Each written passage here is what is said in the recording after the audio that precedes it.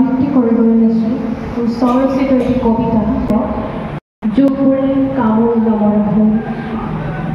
মই দেখিছোঁ বন্ধু পথৰ ৰ'দৰ এখন ৰেহাই, যেন সৃষ্টিশীলতাৰ মনত খুলিছে আমল।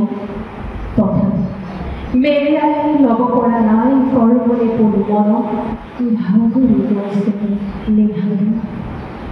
মই যেতিয়া দেখোঁ বন্ধু পথাৰত আৱেগস্থিত মনবোৰ মোহমান হৈ পৰে আকাশ পানী বোকা বতাহ আৰু বুদ্ধি যায় হাতৰ পথাৰ তেজাৰ হৃদয়ৰ ধিপ ধিপ উশাহ।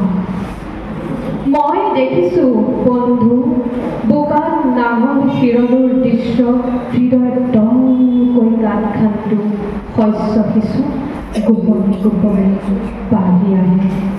অৰ্থপূৰ্ণ জীৱনৰ সাৰ্থকতা তাতেই লুকাই থাকে। কত বছৰ হ'ল বোকাত ভৰি নিদিয়া, যোগবোৰেওচোন আজিকালি কামোৰ নমৰা হ'ল। বগলীবোৰৰ সভা পৰা চাউলৰ আঠা, পাতত দিয়া দৰিকণা মাছৰ আঞ্জা তুমি জানো বন্ধু ঘূৰাই আনিব পাৰিবা? মোক লাগে আমাৰ পথাৰখন য'ত মই শৈশৱ অতিবাহিত কৰিছিলোঁ।